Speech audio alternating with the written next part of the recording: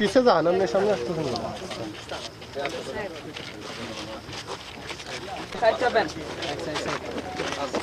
Fast হাঁটেন ভাই।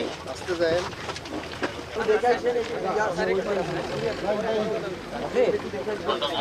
কুমিল্লা শহর রনি ভাই আরেকটু পিছে আসেন। তখনই স্যার আমরা বলছি যে স্যার ওই ডান দিকে যা ছিল পরিচয়ের পিছনে সাবধানে, পানি কিছু জায়গা নাই। এসেছে এবং ব্যাপক ক্ষতি হয়। ক্ষতি হয়নি বলে যাবে না, হয়েছে কিন্তু কম। অনেক টাইম চলে আসছে রনি ভাই একটু পেছনে দাঁড়ান না রে ভাই। এখানে না ভাই, আমরা ওইদিকে ঘুরে যাই। বার ভাই হাত একটু পেছনে। তাহলে আমাদের পরিবেশটা ঠিক থাকে এটা ইকোসিস্টেমের যে ব্যাপারটা কত একর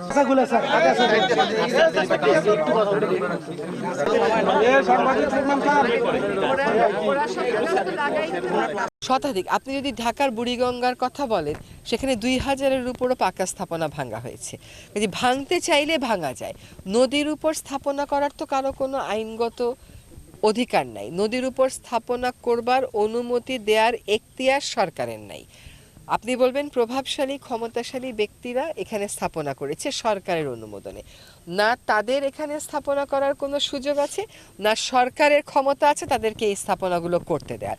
সেই স্থাপনার তালিকা যদি থেকে থাকে, নদী রক্ষা কমিশনের একটা তালিকা আছে 66,000 দখলদারের, যদি তারা ওর মধ্যে থেকে থাকে, আমি এর মধ্যে বিভাগীয় কমিশনারদের সাথে মিটিং করেছি, 1 মাসেরও উপর হয়ে গেছে, এবং বিভাগীয় কমিশনারদেরকে নির্দেশ দেওয়া হয়েছে যে 2 মাসের মধ্যে দেশের সকল নদ নদীর ওই যে 66,000 দখলদার চিহ্নিত হয়েছে, ওই 66,000 দখলদারের হাত থেকে কেমন করে তারা এটাকে বাঁচাবে, কেমন করে দখলগুলো ভাঙবে, 2 মাসের মধ্যে কর্মপরিকল্পনা দিতে। কাজে সকল জেলা বিভাগীয় কমিশনারগণ নিশ্চয়ই জেলা প্রশাসনকে বলবে এবং এগুলো ভাঙার কাজ শুরু হবে। তো আমরা ডিসিদেরকে বলে দেব যে যে সমস্ত জায়গাতে বালু উত্তোলনের কারণে এরকম গুরুত্বপূর্ণ স্থাপনা ক্ষতিগ্রস্ত হচ্ছে, সে সমস্ত জায়গায় আবার বালুমহল ঘোষণার আগে বিস্তারিত সমীক্ষা করা এবং জনমত যাচাই করা। এটা আসলে আইনেও আছে, কেউ কখনো করে না। আর দোষী যাদের নাম আছে, আপনারা তো বিভিন্ন সময় অভিযোগ করেছেন, কাজে সরকারের কাছে তো নামগুলো আছে।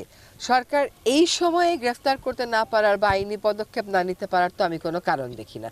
অন্য সময় রাজনৈতিক সরকার থাকে, তাদের আশীর্বাদ পুষ্ট লোকেরা থাকে, এখন তো আর সেরকম নেই। এবং আগামীতেও যখন আবার আমরা থাকবো না, নতুন সরকার আসবে নির্বাচিত, তাদের সময়ও যেন তাদের আশীর্বাদ পুষ্ট লোকেরা এ সমস্ত অত্যাচার করতে না পারে, সেটা নিশ্চিত হওয়ার জন্য তো এই লোকগুলো যারা এতদিন এই কাজগুলো করেছে শাস্তি হওয়া প্রয়োজন।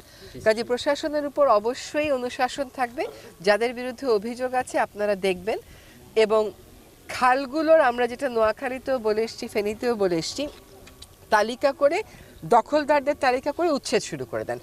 এটা যে আমার সবগুলো খালের সব দখলদারের তালিকা একবারে লাগবে তা না, যেই খালটার দখলদারের তালিকা আগে চলে সেটা উচ্ছেদ করা শুরু করে দেন, কিন্তু এই কাজটা শুরু করতে হবে। বারবার তো এটা নিয়ে আমরা আটকে থাকতে পারি না, বসে থাকতে পারি না। এবং